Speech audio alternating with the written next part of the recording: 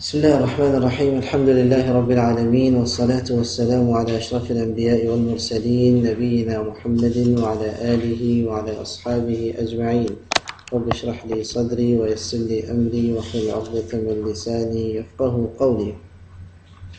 Today we'll start with Mawani'ul Mirath, or the exclusions. Who are the ones who are excluded? Mawani'ul Mirath means those who are, or things which excludes a person from being qualified to inherit. People in general, the family members, they are the close family members, especially the main ones, are always qualified to inherit, but there are cases in which they are disqualified. These cases are, the first case is the case of killing. The murderer, a person who kills a person, will not get any share from his inheritance. For example, a brother killed his brother. This brother will not deserve anything from the inheritance of his brother. A son killed his father. He won't get anything from the share of his, or from the estate of his father. This is a principle. The first matter which disqualifies a person from inheriting in others is the matter of killing. If someone kills, he is disqualified from inheriting the man who was killed. The other case. Now before jumping to the other case, where a person is excluded, let me tell you about the issue where the scholars differ. The scholars differ on the matter of justifiable killing.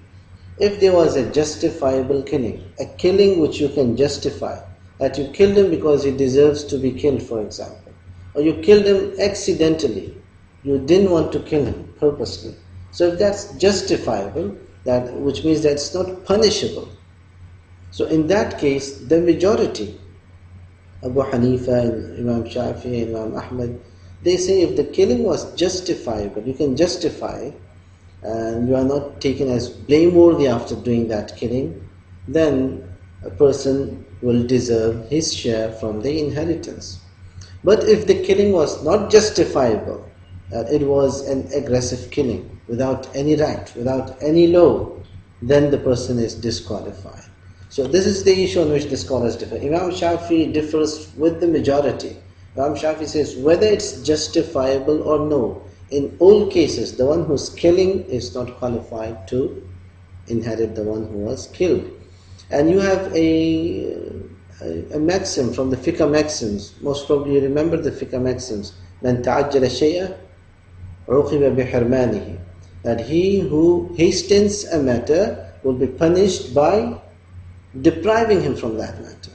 So he hastened the inheritance. He wanted to get something from inheritance without or before its proper time. So such a person will be punished by depriving him from the inheritance. So this is the first case. The first case is the case of killing, where a person is considered to be disqualified from gaining anything from the inheritance of the man who was killed. The second case is the difference of religion. If there are two people from different religions, but they are brothers, the first brother is a Muslim, the second brother is a non-Muslim, can they inherit each other? No, they cannot inherit each other. So the case of difference in religion is considered to be an impediment, a case where the person or the people are disqualified from inheriting each other. The Prophet ﷺ clearly says about this matter, لا يرث المسلم الكافر. A Muslim will never inherit the kafir, the disbeliever. ولا الكافر المسلم. Nor a kafir, nor a disbeliever, nor a non-Muslim can inherit a Muslim. So it's very clearly mentioned by the Prophet ﷺ.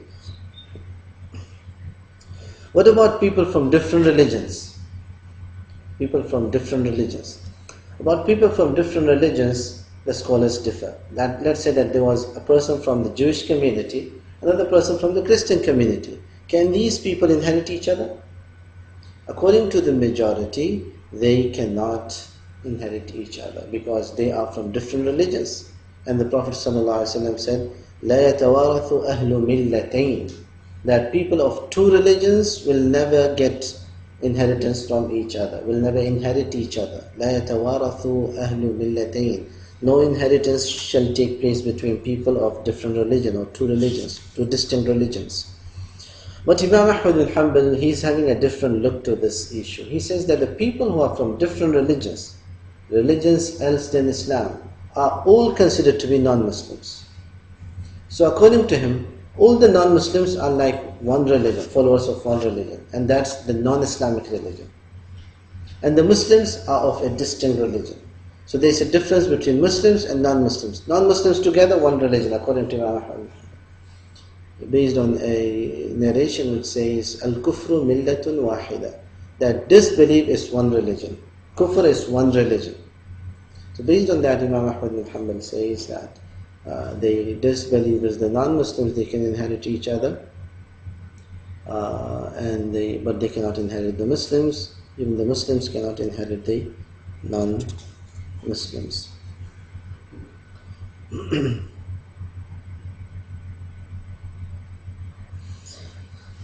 The matter of Muslims and non-Muslims today is counted to be a crucial matter. There are many Muslims who are revert actually, who were belonging to non-Muslim families, and then they accepted Islam. After embracing Islam, maybe someone from the family will die, and he will deserve something from his property. But now after acceptance of Islam, the fatwa for him, the legal opinion for him is that if someone dies from your family, because you are Muslim, you cannot inherit from them. Is not this the opinion of the majority? The majority of this, all the four Imams actually, they believe if one member of the family is Muslim, he cannot take anything from the inheritance of others. But this is becoming a problem today, especially in the West, where you have one or two members in the family or in the tribe who are Muslims, and the remaining are non. If these people die, the law will give the non-Muslims his property, his estate. So why should he not take from them? This is a question which is raised today. That why this man is deprived when they are taking from him? Why the majority are not allowing him? So based on this issue, some of these contemporary scholars, they came to a conclusion that if a person is in such a case, in a case where his family is non-Muslim and he's the only Muslim, and if he will not take his share from the inheritance, the government will take it. Non-Muslims will take it. It will go to them. So what should he do in here? Here, some scholars like Shaykh al-Islam, and they also say Muawiyah from the Sahaba, they're having the opinion that a Muslim can inherit a non-Muslim, but a non-Muslim will not inherit a Muslim. They implemented this opinion because of the need of the people today. But however, they say that, if you get something from a non-Muslim, don't consume it. Don't use it for yourself. You go and give it in charity to someone who's Muslim, who deserves, or who is under a problem, suffering from. Give it to him so that he may benefit, and it's better for a Muslim to benefit from the property than a non-Muslim. So this is like a solution that you didn't benefit, but at the same time you prevented your money from going to those who might be like enemies of Islam or non-Muslims or whatever. And it is said that in Fiqh Ahlul Bayt, in the Shia school of thought, according to the Shiites, a Muslim can gain from the non-Muslims. This is established with them, with the Shiites. What about a murtad? A person who apostates from Islam. A person who leaves his religion. Can the Muslims inherit the man or no? According to the majority, a murtad, someone who turned his face away from Islam, someone who left Islam, his property, if he dies, according to the majority, his property should go to Baytul Mal.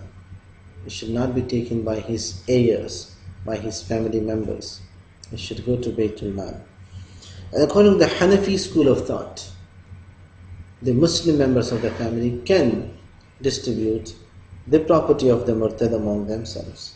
But here, the stand of the majority is stronger here. Why the opinion of the majority is stronger? Because of the clear hadith where the Prophet ﷺ says, لا يرث مسلم كافر. A Muslim never inherits from a non-Muslim. A murtad is a clear non-Muslim.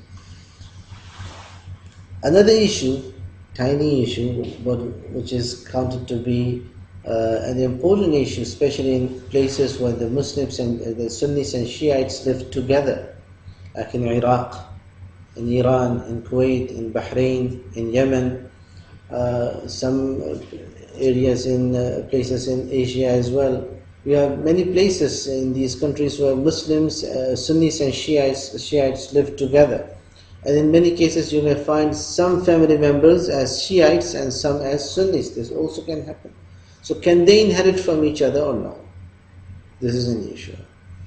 Based on the division of scholars of Aqidah for the innovators, the scholars of Aqidah, they say that the innovators are divided into two groups.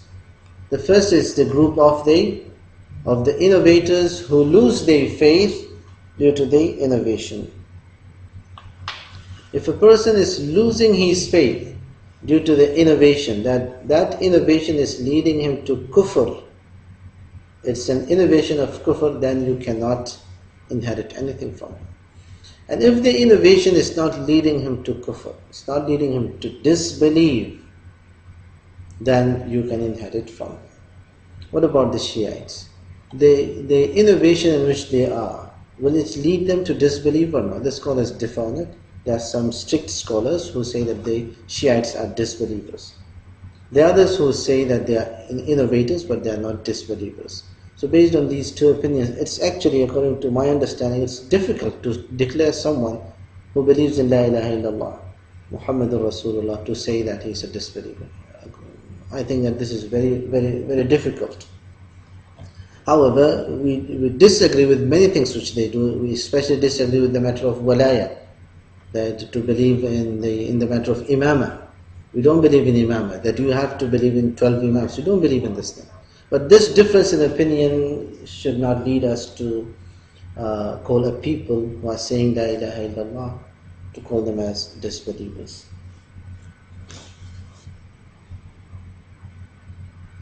Now this was the second issue, the issue of disbelieving, or the issue of difference of faith, that it could disqualifies a person from inheriting the person who belongs to a different faith.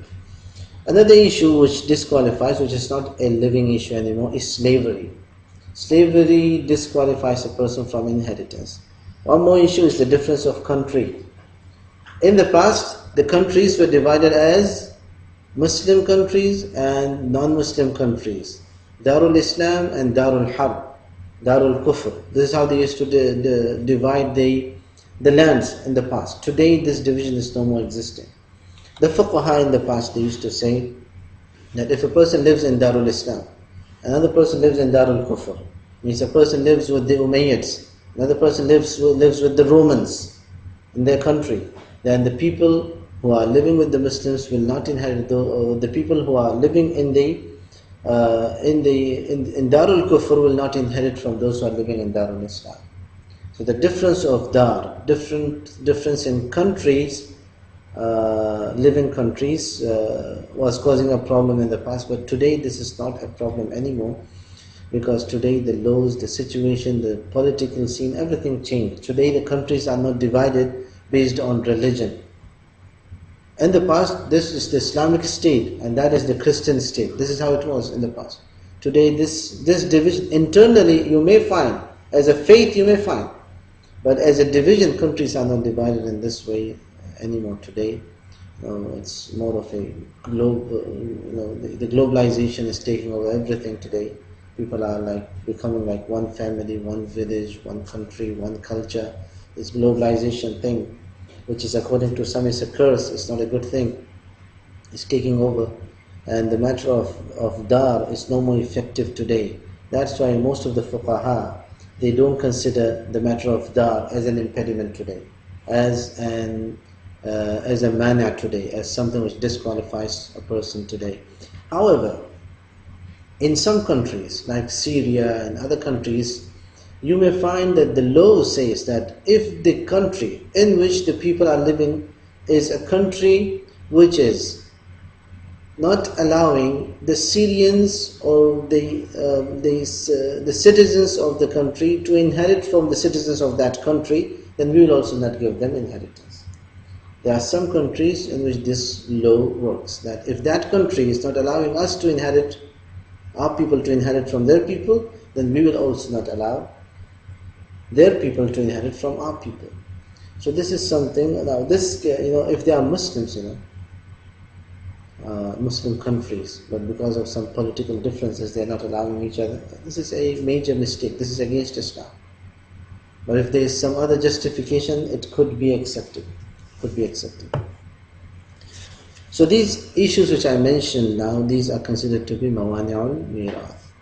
The author of Rahbiya says in his poetry, وَيُمْنَعُ الشَّخْصُ مِنَ الْمِيرَاثِ وَيَمْنَعُ الشَّخْصَ مِنَ الْمِيرَاثِ وَاحِدَةٌ مِنْ عِلَلٍ ثَلَاثٍ. وَيَمْنَعُ الشَّخْصَ مِنَ الْمِيرَاثِ. A man is disqualified from mirath if he is having one of the three defects, or one of the three causes. Which are these three causes? رِقٌّ وَقَتْلٌ وَاخْتِلَافُ دِينِ فَافْهَمْ فَلَيْسَ شَكُّكَ الْيَقِينِ. He says رِقٌّ وَقَتْلٌ وَاخْتِلَافُ دِينِ.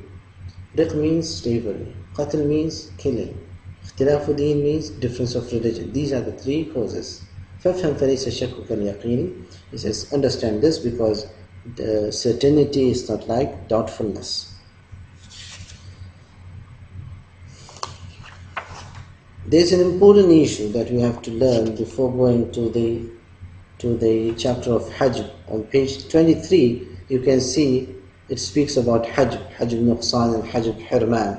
Before going deep into Hajj Nuqsan and Hajj Hirman, which is on page 23, I just wanted to clarify the issue of the types of inheritors, the types of heirs. You have three types of heirs.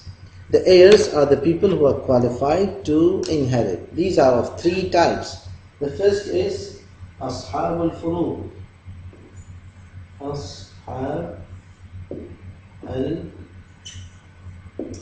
الفروض.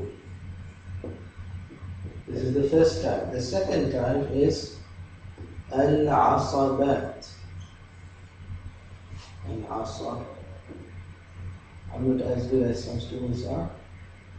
عصبات. And then the third is Ulu al-Arham. So you have three categories of heirs. You have the Ashab al-Furud, al-Asabat, and you have Ulu al-Arham. These three categories of heirs are the ones which are mentioned in the books of fiqh. Who are Ashab al-Furud? Ashab al-Furud are those people whose share is mentioned in the Quran clearly. These are the ones whom we call as Ashab al-Furud. We have the Asabat. Asabat are those who take the remaining. The residuary heirs are known as Asabat. The residuary are those people who take the remaining. After giving the first people their share, the remaining is given to the Asaba. So you call them Asaba. Like for example, if a person dies, leaving behind his wife, his mother, and brothers, if you give the mother her share, 1/3, and you give the wife her share, the remaining will go to whom? The Asabat. It will go to the Asabat, the male close members of the deceased, who are the brothers in this case. They are Asabat. They will take the remaining. For the Asabat, basically the one who takes under the title of Asabat, a share under the title of Asabat, for these people a clear amount of share is not mentioned, a clear fraction for them is not mentioned. Whatever is remaining will go to them. There is nothing clearly mentioned for for uncle. Why nothing clearly mentioned? Because whatever remains after giving the first people what they deserve will go to the Am, because he is Asabat. So what I want to tell you here, in easy words, Ashab al-Furud are those whose shares are mentioned clearly in the Quran. Asabat are those who take the remaining things. And Ulul Arham, Who are ulul arham? Ulul arham are those relatives who are connected to the deceased through a woman, like through the mother, through a sister, and so on and so forth. Those relatives who are connected to the deceased through a woman are considered to be asabat. But in certain cases, they are not connected, they are not, ulul arham in certain cases, they are not connected through a woman, but still they are considered to be ulul arham. Like whom? Like the daughter of a brother. A brother is asabat, uncle is asabat, cousin is asabat. But what about the daughter of a brother, daughter of an uncle, daughter of a cousin? These people are connected through a male member, yet they are considered to be ulul arham because they are females and they are connected to a man who is himself is not an heir. He is only asabat. So there could be cases in which a female member who is connected to the deceased through a asabat is declared as ulul arham. In general, ulul arham are those in general cases. In most of the cases, we are not speaking about exceptional cases. In most of the cases, ulul arham are those who are connected to the deceased through a woman, like the brother of the mother, like the son of a sister, like your maternal uncle. These are people who are connected to you. They are connected to you, but they are connected to you through a woman. So they are considered to be ulul arham. If a person is not having asabat, then ulul arham will take the share or take the stake. It is reported that in the time of the Prophet ﷺ, there was a man who died, was not having children, was not having descendants, was not having asabat, no uncles, no nothing. But he was having a maternal uncle, Khan. So the Prophet ﷺ decided to give his share to the maternal uncle because he is from ulul arham. Allah says in the Quran, وَأُولُو الْأَرْحَامِ بَعْضُهُمْ أَوْلَى بِبَعْضٍ فِي كِتَابِ اللَّهِ.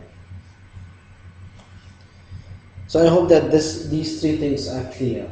When we come to asabat, we'll speak about two more things related to asabat. These two more things are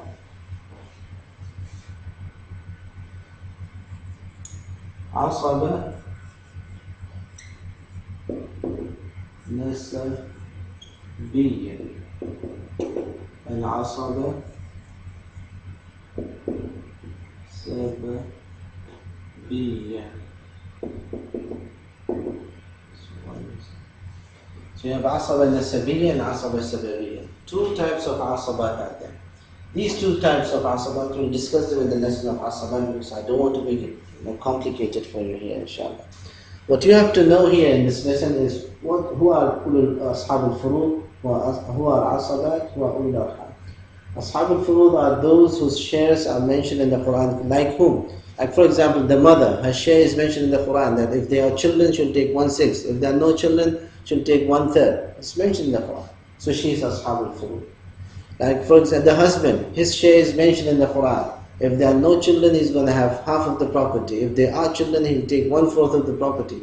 All those whose shares are mentioned in the Quran come under the ashab al-furud. Then comes asabat. These are the male members of the family whose shares are not mentioned. They take the remaining. These people you can call them as primary heirs. These people you can call them as secondary heirs as well. And these are ulul arham, as I told you. Ulul arham are those who are connected to the deceased through a female member in the family.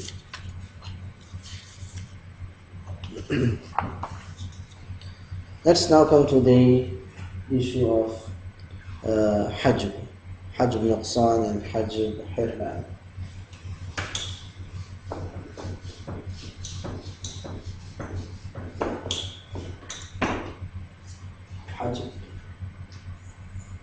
Hajb is a very important thing in inheritance. You have nuqsan and hirman. Nuqsan means what? Let's first of all take hajb. Hajb means what? Hajb means exclusion. Someone is being excluded. Someone is being impeded. That's hajr. And nuqsan means partial, hirman means totally. There are cases in which people are totally excluded from inheritance, and there are people who are partially excluded. The ones who are partially excluded, we call them as hajr nuqsan. Those who are completely excluded from the inheritance are known as hajr hirman. Let me give you the example of both, of nuqsan and hirman. What is nuqsan? Partial. And hirman is full. Hirman is totally excluded.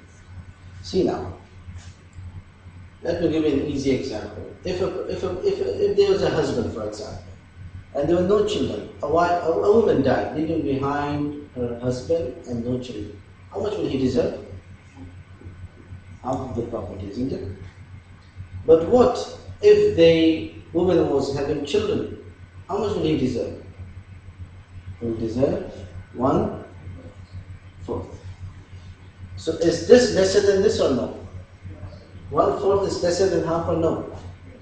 It is less. So this is nuqsan. He is being partially deprived from something which he would have deserved, isn't it? So you call this as hajr nuqsan. This is not hajr hirman. Likewise, if there was, let's say, a person left behind him 2 daughters, or let's say a person died leaving behind him 1 daughter, with this 1 daughter only, how much will she deserve? Half. If there are 2 daughters, how much will they deserve together? 2/3. 2 daughters, they will deserve how much? 2/3. They will deserve 2/3. So if there's only 1 daughter, she's going to deserve half. If there are 2 daughters, they will deserve 2/3. 2 daughters together receiving 2/3. How much each daughter is deserving in this case, in the case of 2 daughters? Each daughter is taking how much? 1/3. See, if this is the whole thing, this is 1/3, 1/3, and 1/3. 2/3 are being given to the daughters, which means each daughter is taking 1/3. This daughter, if she was all alone, how much she would have deserved? Half. But her share is being reduced now. This reduction, she's not being excluded, but her share is being reduced. This is known as nuqsan. If she's excluded completely, then you'll call it as hirman. So there are cases in which a person's share drops. He deserves a lesser amount, not the complete amount. So if this thing happens, this could happen also with whom? With the mother. How much will the mother deserve if there are no children? 1/3. And the children are there? 1/6. So this is again hajr nuqsan. There could be hajr hirman as well. Like what? For example, if a person left a grandfather, let's say, person died, leaving behind a grandfather and children. How much would the grandfather deserve? 1/6. Let's say that the person, in the second case, a person died, leaving behind him his father and his grandfather. How much would the grandfather deserve in this case? Nothing. If the father is there, the grandfather will deserve nothing. So we'll say nothing. So this is what? When he's given nothing, that's what? That's hirman. He's being totally excluded due to the presence of the father. The same when you go to the descendants. If a person is having a son, or if a person is having a grandson, let's say, a person is having a grandson, and he died, leaving behind a grandson. How much will the grandson take? A person died, leaving behind him only 1 grand lovely son. How much will he deserve? The whole state. He will take, the grandson will take the whole thing. If he's the only one, he's going to take the whole thing. We are speaking about someone who died, leaving behind only 1 grandson. Nothing else. Only 1 grandson. The whole thing will be taken by the grandson because nobody is there. He's the only one. What if there was a son and a grandson? If there is a son and a grandson, the son will take the whole thing the grandson will be excluded. This grandson who was in the first case deserving the whole property, in this case due to the presence of the son is totally excluded. So there are cases of hirman and there are cases of nuqsan. Case when a person's share will drop and case when a person will lose his share and not have anything. There are many examples for this. For example, if there are children and brothers, due to the presence of the children, the brothers will not deserve anything. The brothers, the sisters will not deserve anything. If the man is having brothers only and sisters, then the brothers and sisters will share the property between themselves to the ratio of 2 to 1. But if they are children, then the brothers are totally excluded. So there are cases of total exclusion and there are cases of partial exclusion. The cases of partial exclusion is known as hajb, nuqsan, and the cases of total exclusion is known as hajb, hirman.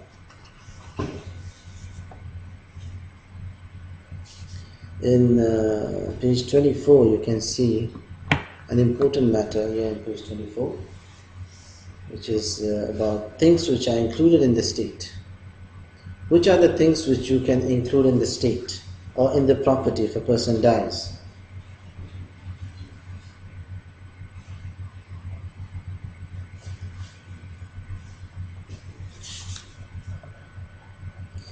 If a person dies, he leaves behind him what? Tarika. The property which is left after a person's death is known as tarika.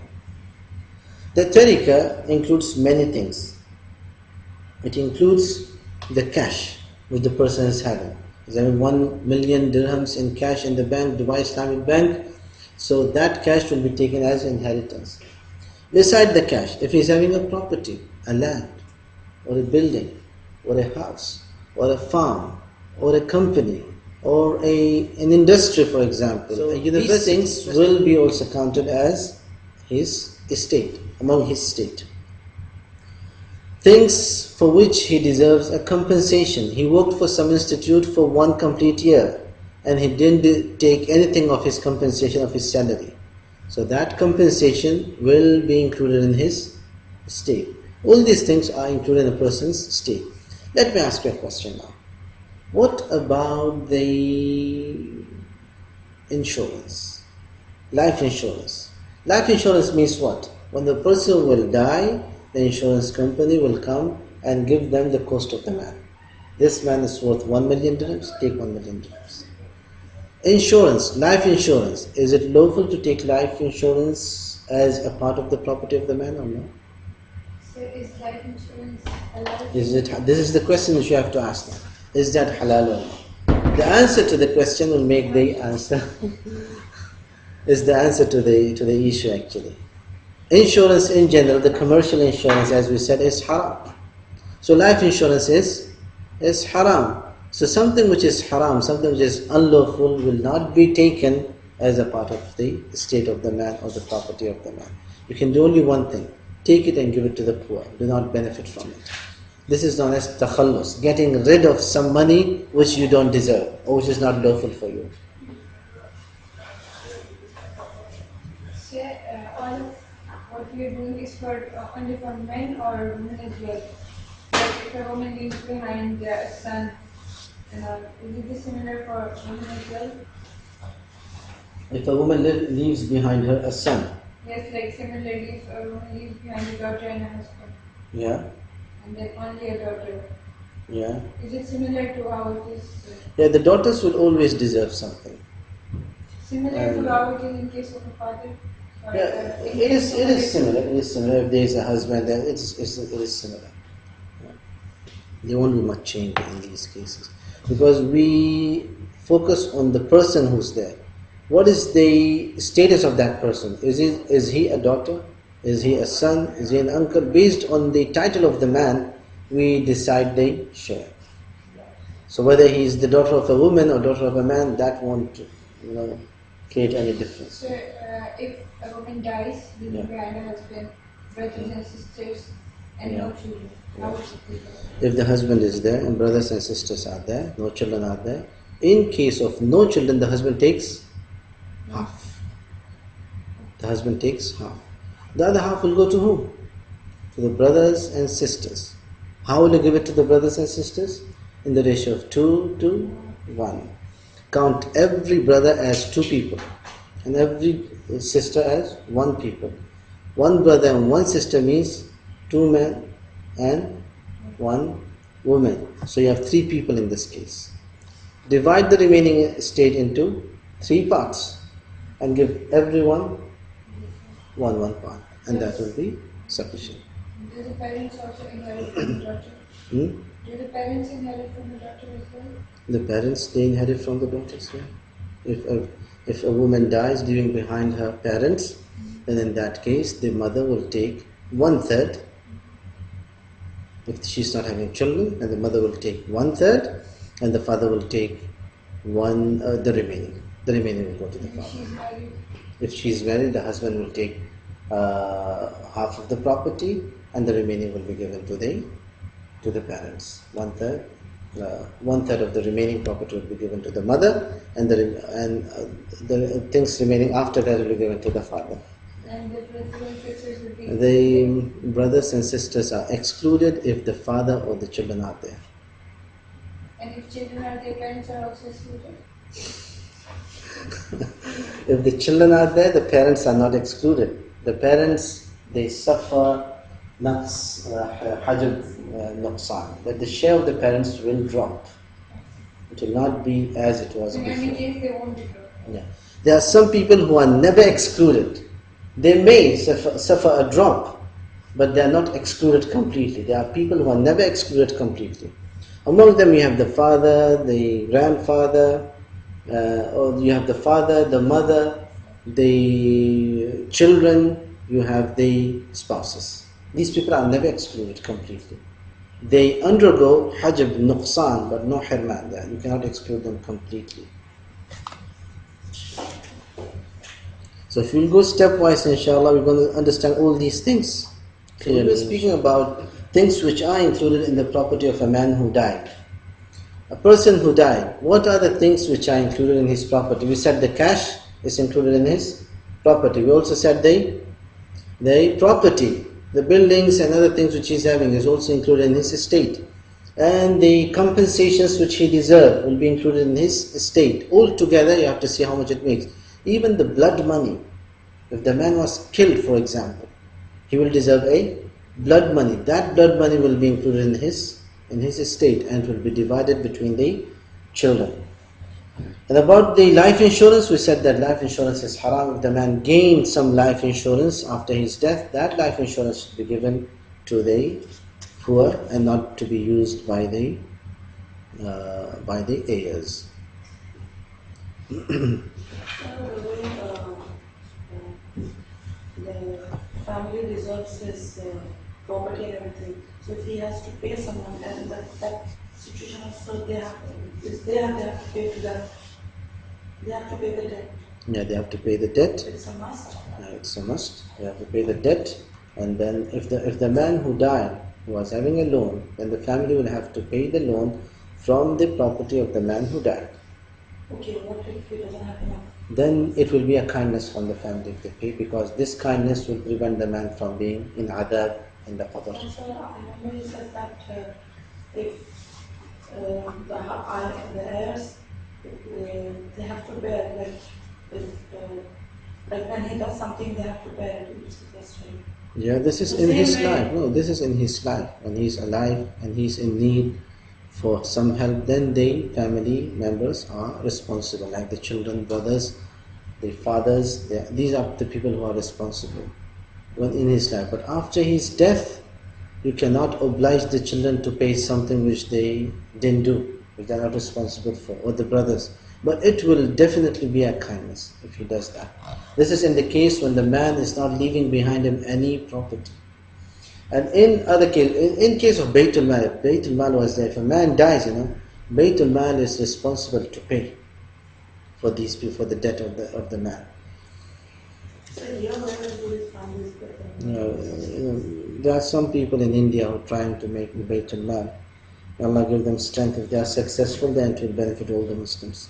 So for example, like now we have around 1 lakh For business, we have taken not loan from the bank, but to pay from people, so then we have to pay for amount. So in that case, I always have this fear. What if we are not able to pay this See, big amount? life goes like that. There are cases in which a person needs loans. A person should not stop his life because he's in need for loan. Take the loan, but take with a good intention.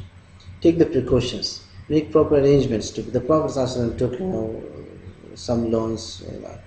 His dirah, his armor, was with a Jew because he took some food or something from the man, some money from the man, from the Jewish man, and the Prophet ﷺ died without paying that thing. And because his dirah, his armor, was as a guarantee with the man, he took the dirah, he took the armor. So these are some precautions which you can take from the. You may make some deals with the people. In case I die without paying this thing, take it from so and so, or take so and so of my property, or you can keep something as mortgage with the man, that if I die, this could be for you, and so on and so forth, in order to make sure that you don't die leaving a debt behind you, that you arranged for the things. And this is a spiritual thing related to the loans as well. The Prophet ﷺ says, he who takes loans from the people with the intention to pay them back, not to eat them up and destroy them, no. With the intention to pay them back, Allah will pay on his behalf. Which means Allah will make it easy for him. Allah will create causes for him to enable him to pay. This is because of his good intention. And if a person, the continuation of the hadith says, if a person takes loans from the people in order to spoil the property of the people, not to give them back, to destroy them, whatever, then Allah subhanahu wa ta'ala will curse him or will disable him. So there's a hadith in this regard, which actually shows that the thing is dependent on your intention. I saw a man, an elderly man who died leaving behind him a huge loan in the bank. And after his death, his son at that time was like 16 or 17 years old. This son, Allah subhanahu wa ta'ala gave him a job immediately after the death of his father, which qualified the son to pay back those installments, that loan. Someone who was only studying in a school at that time, no concept of job and working other thing, Allah subhanahu wa ta'ala gave him a job and He qualified him to pay the loan of his father. How did this happen? For me, it's a miracle. Someone who's not qualified to do anything, is still studying in the school, is a child, is granted a job. This is because the sincerity of the man who died actually. When he took the loan, he was having a good intention. This is a clear indication that he was having a good intention to pay back the loan. So Allah subhanahu wa ta'ala qualified his son to pay it back. And this is the meaning of the hadith, that Allah will pay it back on his behalf. So what the person have taken the loan, and we don't realize if we intend to take 10 and it becomes 20, 30. So what if this fear is always torturing the person? Is it from shaitan or it's from Allah? You worry too much about it? Don't be worried too much. Be just with yourself as well. If you are in need and you feel that with your business and with other stuff you can pay the thing, take that loan with some precautions and some good deal. Make some good deal on it. Okay, so there are two principles which are mentioned here in page number 24. The first principle, now these two principles are related to hajj, to the matter of hajj. The first principle, hajj, as we said, means exclusion. Exclusion could be either total or partial. On page 24 you have two principles related to hajj. The first principle says, when a potential inheritor is connected to the deceased through another person, and if that person is present or alive, then the potential inheritor is impeded by that other person. Means you are connected to the deceased through a person. If that person through whom you are connected is existing, then you will not deserve anything. Like a grandfather and a grandson. The grandfather is connected to the grandson through whom? Who's the link in between? The father. The grandfather is connected to his grandson through a link in between. That is the son of the grandfather and the father of the grandson. So there is a link in between. As long as this link is there in between, the grandfather will not inherit the grandson. And the grandson will not inherit the grandfather because the link is there. So if the son dies, the father will take it. And if the father dies or the grandfather dies, the son will take it. And the grand people will not take anything as long as the link is there in between. Let's say, for example, if a person dies leaving behind him a cousin, the cousin is connected to a man through whom? To the father and to the uncle. The uncle's son is cousin. So if the father and the uncle are there, then the cousin will not take anything because the link through whom the cousin is linked to you, that link is existing. You have to remove those links to get the inheritance from them. And this is the meaning of the first principle. Your cousin is from Asabat? From Asabat, yeah, from the Asabat, because he's a secondary heir. His share is not mentioned clearly in the Quran, so he's from the Asabat. The second principle says, this is the principle of nearer in relation. The nearer in relation will deserve the inheritance and the farther will be excluded. Like let's say there's a mother and they say, this won't be a proper example. Let's say that there's a brother, full brother and a half brother. Who's closer? The full brother is closer. So the full brother will exclude the half brother. So the nearer you are, the more you deserve, and those who are farther will be excluded. This is the second principle which is mentioned here. There are many principles actually. If you go to the details, books of fiqh, you may find many different issues. We spoke about types of heirs and Ashab al-Furud. Let's go to some details of Ashab al-Furud. We said that Ashab al-Furud, or the primary heirs, are those whose names are mentioned in the Quran and the shares are also mentioned in the Quran. Who are Ashab al-Furud now? Who are the primary heirs by name? By name you can see in the book in page number 29, you can see that the father, altogether they are 12. Ashab al-Furud, altogether, the primary heirs, Ashab al-Furud, altogether they are 12. Don't read the book now, just for your information. You can put some notes there that this is about Ashab al-Furud and so on. Just listen to me. So Ashab al-Furud, or those whose shares are clearly mentioned, are specified, are 12. Of these 12, 9 are mentioned in the Quran and 3 are included by Qiyas. Ashab al-Furud, altogether they are 12, of which 3 are included by Qiyas and 9 are mentioned in the Quran. So we are also using Qiyas in this issue. The first one is father. The second one is husband. The third one is uterine brothers. Uterine brothers are the brothers on the mother's side. These are the uterine brothers. These are 3 males. These are 3 males. And then you have the females now, a long list of females. Females are always there. They are always blessed by Allah subhanahu wa ta'ala. They are being pampered in these laws, given more and much. The females, among the females, you have the mothers, you have the widow, you have the daughter, you have the full sister, half sister from father's side, and the uterine sister. All these people are included among the Dhawil Furud. They have fixed shares. And by Qiyas, there are 3 people who are included by Qiyas. Who are there? The grandfather, and the grandmother, and the granddaughter. These are the ones who are included by Qiyas. Now let's focus on the shares of these people. What is the share of a father? He either takes 1/6 or 1/3 or the remaining. There are cases in which he takes the remaining, the whole thing he takes it away. What is the share of the husband?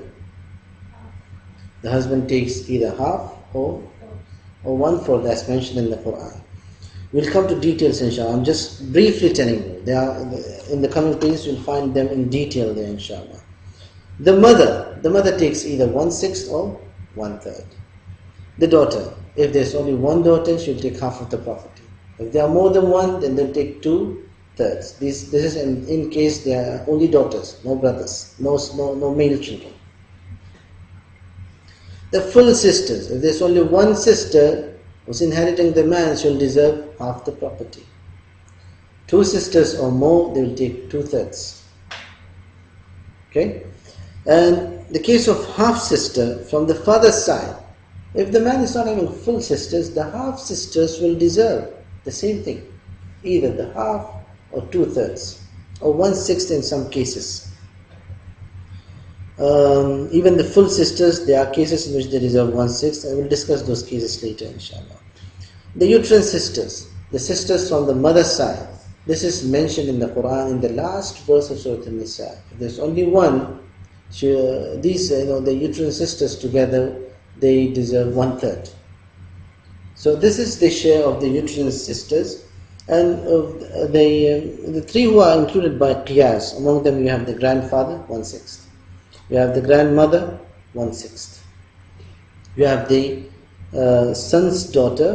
Son's daughter is dealt exactly like a daughter, like an immediate daughter.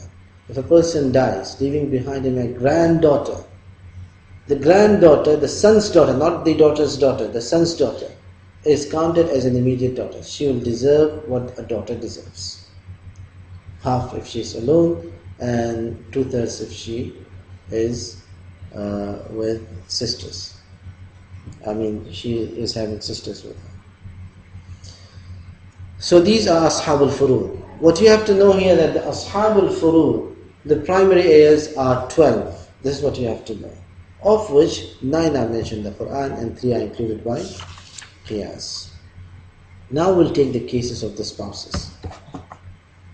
Inshallah, this I need some concentration. It's very easy. It's not difficult at all. And you are smart students, you are qualified students. The cases of the spouses. They call it Ahwal al-Zawjayn. Ahwal al-Zawjayn. This is the easiest actually, Ahwal al-Zawjayn.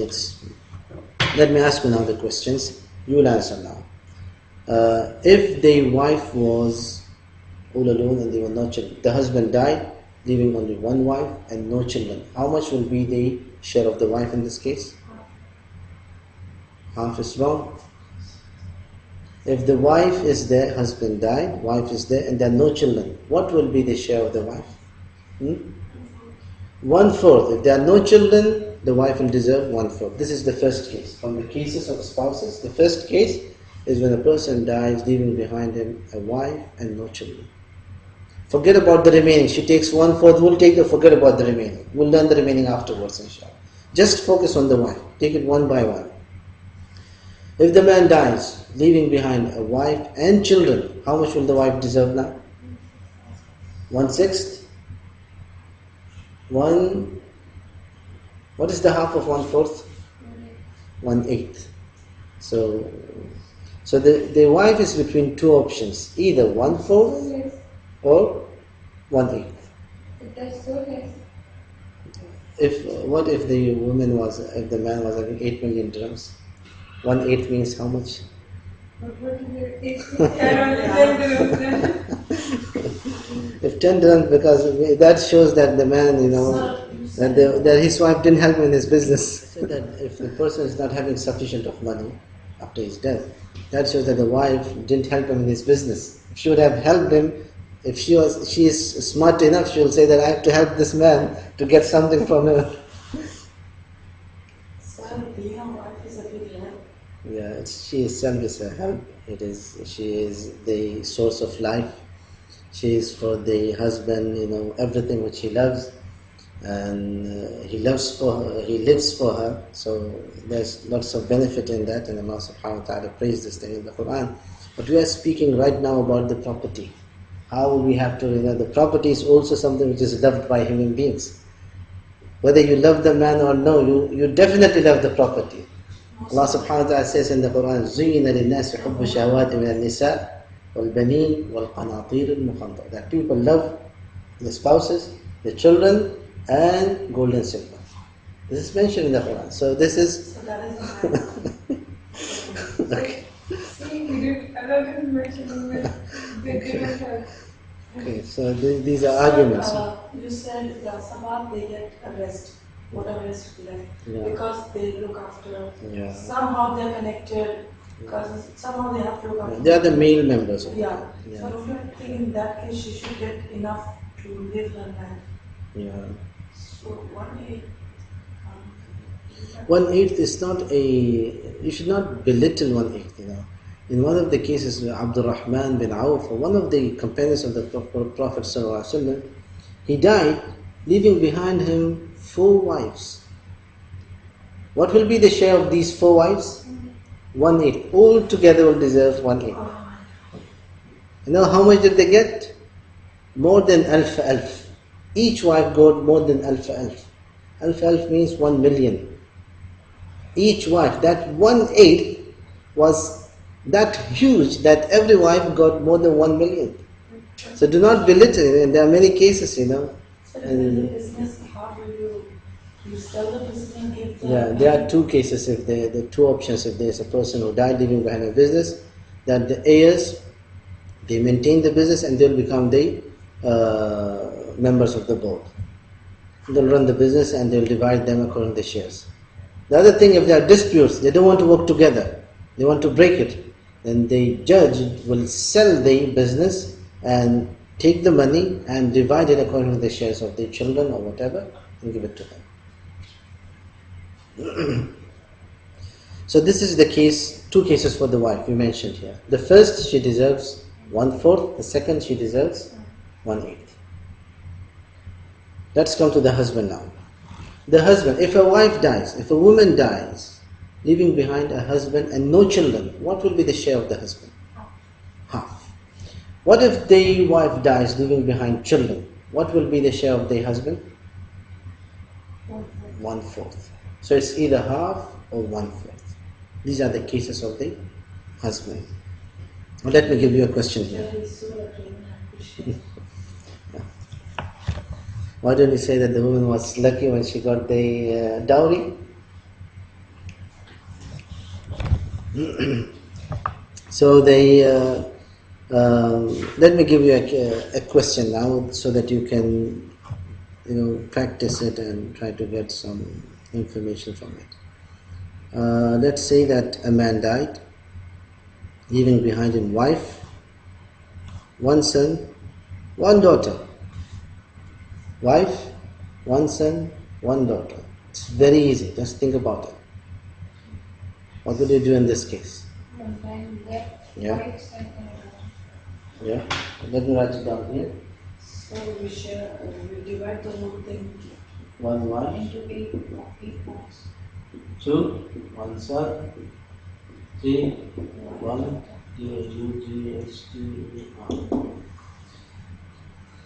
3 people are there. 1 wife, 1 son, 1 daughter. Tell me the share of the wife. one. 1. Are you sure it's 1/8? Or are you doubtful? Sure. Very sure? Are you sure? Okay, 1/8. What about the son and the daughter? Daughter Let me give you a hint. They will take the remaining. Remaining 2 to 1 ratio. Tell me, how to divide the remaining thing? So the son will take, the daughter will take 1 part and the son will Yeah. take The remaining thing will be divided into 3 parts. 3 parts. Give 2 parts to the son and 1 part to the daughter. The other way which I told you, how to calculate these people. 2, 1. Yeah. We'll count them as 2 people, and this is as daughter 1 as people. one. So how many people we have? We have 3 people.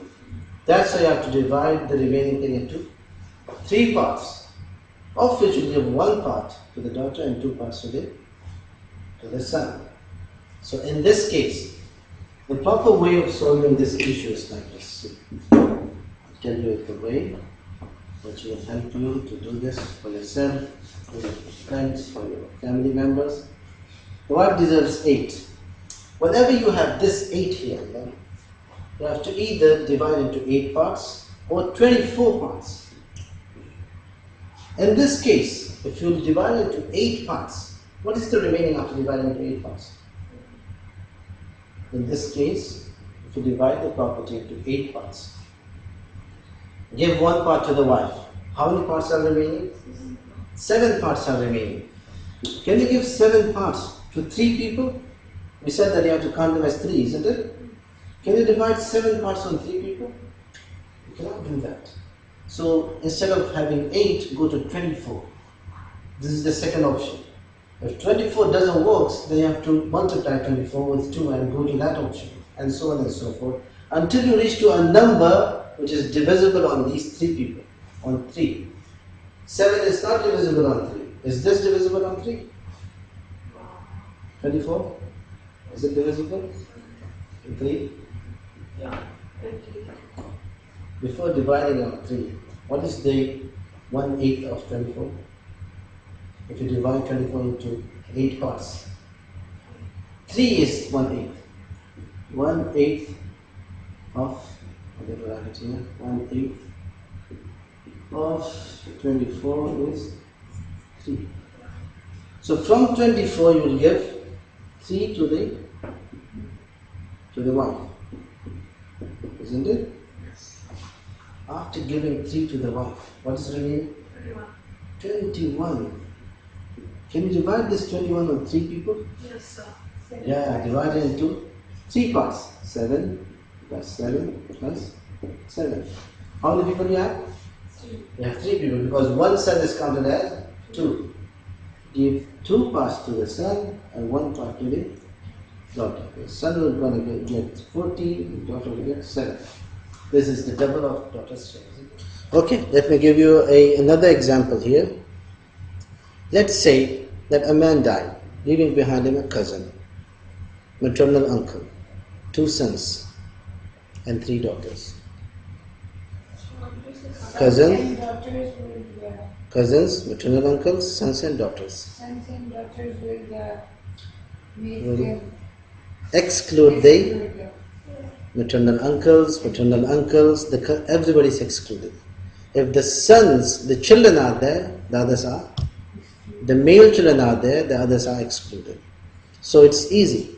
2 sons and 3 daughters. How to divide the property now? Into how many shares? 2 sons will count as 4. 4 and 3 daughters as 3. 4 and 3, 7. Divide the property into 7 parts. Give each son 2 parts and give each daughter 1 part. So this is very easy. You are becoming scholars in inheritance now, mashallah. You can answer the questions. And this is a great achievement, really great achievement, because I feel that when I was in your age of learning like you people, at that time I was feeling a difficulty in understanding this, a great difficulty. But alhamdulillah, you are better than me in learning. May Allah bless you all. Inshallah, you'll remember. Just go through the book twice and thrice. I really love the students when they go through the book, not for the sake of exam, for the information, because this is Islamic knowledge. If you get the degree and you don't have the knowledge in your mind, it's worthless actually. It's worthless. So you have to go through the book. The first book which I read in inheritance was a small book which was written by Ibn Uthaymeen. I'll not be mistaken if I said that I read that book maybe 20 times, 25 times. Yeah. So you have to do the same thing with this thing. Read them several times so that the informations are there. These informations will never stick in your mind if you read the book once. It will not stick in your mind. You have to read them several times. Still, when you raise some questions, I feel that I'm puzzled, because it's complicated. Yet if you can remember the basics, that will be very helpful for you, inshallah. I guess you forget about your country now. You are no more than that country. Change the country now. So you're blessed to be away from your country now. Try to raise up your children in a way which pleases Allah subhanahu wa ta'ala, and not in that cultural way where they abuse the Islamic laws. Now let's come to the cases of the father. The father, basically there are 3 principles related to the father. The first principle, that the father sometimes he gets only his fard, his Quranic share, That's the first case, when he gets only what is mentioned in the Quran. What is mentioned in the Quran, the Quranic share, or his fard only, gets only by fard, is when he takes as a primary heir only, and nothing more than that. Only as a primary heir, he inherits only as a primary heir, sahibu fard. This is when the man who died is having a father and having children as well, male children. If a man who died, he died leaving behind male children and a father. The father will take only the fard, the prescribed share in the Quran. That's 1/6, and that's it. Not more than that. And the remaining will go to the sons, to the children. This is the first case. In this case, we say that the father is taking only by fard, only as a primary heir, only that part which is prescribed in the Quran. Now, before going to the other principle or other case, which is again one of the cases related to the father, let me ask you a question. Is father counted among the asabat or no? Father, is he counted among the asabat or no? Who's asaba? Those who take the remaining things, the male members who take the remaining after giving the primary heirs their shares. What's remaining goes to the asabat. Father, is he asabat or no? Is he a male heir? So after he get his share, if something he still has that. He will still get it. Yeah. This means that he is asabat. Let's say that his share is 1/6 or 1/3 or whatever. But there was no other people to get, no children, no one. Who will get the remaining? He himself, because he is asabat now. Father is a male close member, he is asabat. But when they are other heirs, especially like the sons, then the father is given only the primary share. But if there is no one, then he gets as he inherits like a asaba, like a member of asaba. Yeah. The uncles, father's brother. Yeah. They also get share, and They then also still get what's there, father gets that. No, if the father is there, the uncles will not get anything, because we took the principle which is the closer one takes and the farther ones are excluded. If the closer one is there, the farther ones are excluded. So in case the brothers are still there, the father will get for the primary as well as for the asaba. Yeah, because the father will exclude the brothers, the cousins, the uncles, all of them are excluded by the father. So is it similar to the sons? Yeah, the son, if the son is there, the grandsons are excluded. Who And the excluded brothers them? are also excluded? The brothers are also excluded because these are closer. The closer ones, they exclude the farther ones. This is a principle. So the second case, we said that the first case is when the father gets 1/6 only as a primary heir, sahibu fard.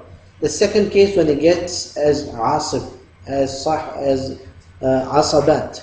And this is when there's no one, it's only the father who will take the whole thing because he's the asaba, he's from the asaba. The third case is when he takes by fard and by asaba, by both the stations or by both the titles. Now this is the case when there is a mother and a father. Let's say for example I die, leaving behind a mother and a father. How much will the mother deserve in this case? The mother will deserve 1/12 because there are no children. How much will the father deserve? He will deserve the remaining. 2/3 will be taken by the father. So it's actually 1/6 which belongs to him actually. 1/6 belongs to him. If there are kids. No, if they are kids, yeah. But he's taking 2/3 because the remaining after 1/6, there's no one to take them. So he's taking the remaining as well. So altogether becomes 2/3.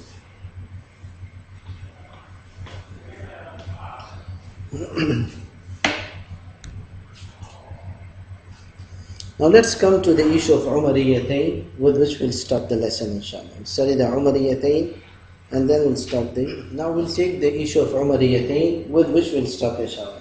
What are Umariyatain? Before going to Umariyatain, tell me now, what is the share of the mother if there are no children? The mother, we're not speaking about the wife and husband, we're speaking about the mother. If there are no children, the mother will deserve how much? If there are no children, the mother will deserve 1/3. And if there are children, the mother will deserve 1/6. Keep this in your mind. If there are children, the man who died is having children, then the mother will deserve 1/6. If there are no children, then the mother will deserve 1/3. Keep this as a principle in your mind. Even if he has a wife? Even if he's having a wife, that in all those cases, the mother will deserve. The matter of 1/3 and 1/6 is based on the children, not on wives and all those things. We are speaking about the mother now. The mother deserves either 1/3 or 1/6 based on existence of children. If they are there, the male children are there, then or the children are there, then the mother will deserve 1/6, and if they are not there, then she will deserve 1/3. What are Umariyatain? Umariyatain are two cases. Case one says husband,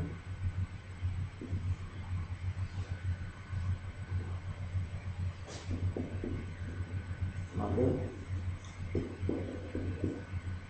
father. Case two, this is case one. Case two says widow, mother, and father. These are two cases. Now tell me, if a man dies, leaving behind, or if a woman dies, leaving behind a husband, a woman dies, leaving behind her husband, and mother, and father, what will be the share of the husband?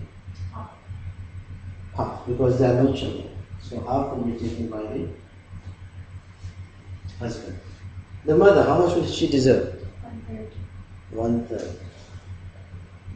This is the problem now. What is remaining for the father?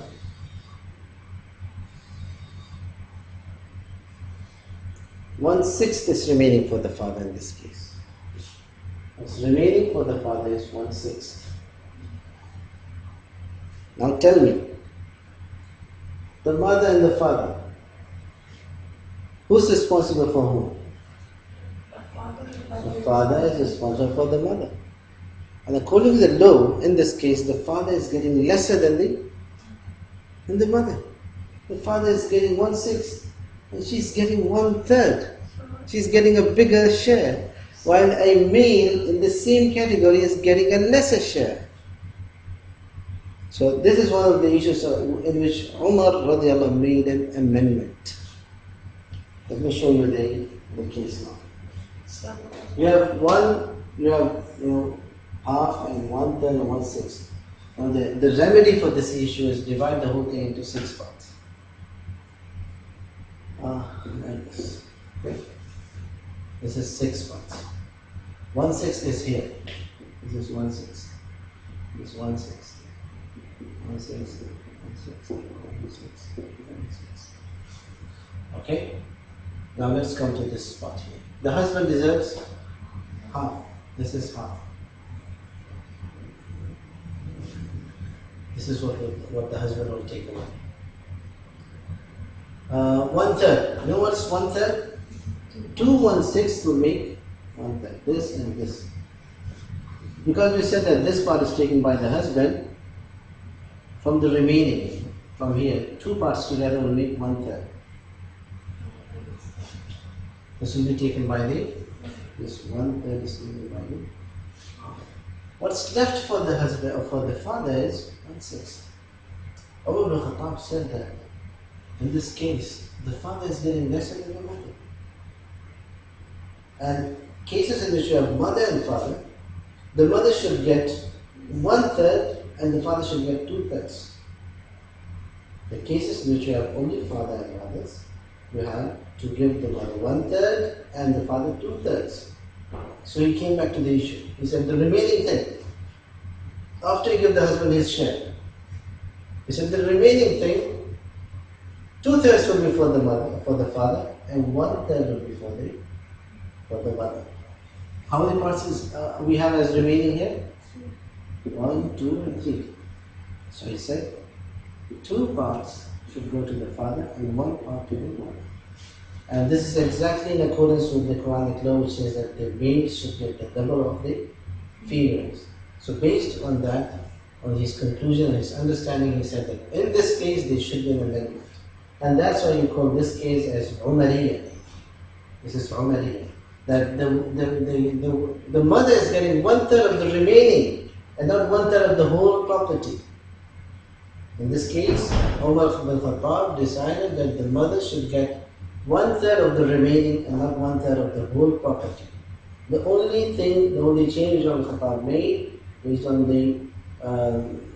his understanding of Quran, that the remaining 1/3 of the remaining should go to the father, 1/3 of the remaining should go to the mother, and 2/3 to the father. This is the first case of the Umariyatayn. The second case, a widow and a mother and a father. Widow will deserve how much? There are no children, mind you. A woman will deserve 1/4. Are you with me? The wife will deserve 1/4. Is that true? Why 1/4? No children. The mother will deserve again 1/3 because there are no children. Father will deserve the remaining. What's the remaining now? What is the remaining in this case? Come on. We have 1/3 and 1/4. The remaining will be 1/6. So again, the father is getting lesser than the mother. So Umar ibn Khattab made another amendment. He decided to do what? He decided to give the mother 1/3 of the remaining, 1/3 of the remaining, and not 1/3 of the whole property. So if you want to reach to 1/4, just divide the property into 2 parts, into 4 parts. 1/4, 1/4, 1/4, and 1/4. You give 1/4 to the widow.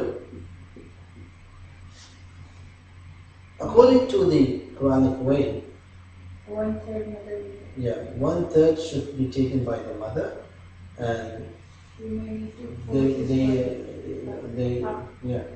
So we have to remember this thing, that not from the whole property, but from the remaining. from the remaining. So Umar ibn Khattab comes here and says, from the remaining, from these 3 parts which are remaining, 1 part will be given as remaining 1/3 of the remaining to the mother, and 2 parts will be given to the father as the 2/3 of the remaining. With this, we come to the end of the issues of inheritance for today. Tomorrow we'll speak about the shares of the mother, shares of the grandmother, or in the coming class, inshallah, grandmother, grandfather, brothers and sisters, and as much as we can, inshallah, beside these issues, inshallah. Brothers and sisters on the mother's side, that's also an important issue. After that, we'll do lots of, like exercises so that we can make sure that you understood the issues.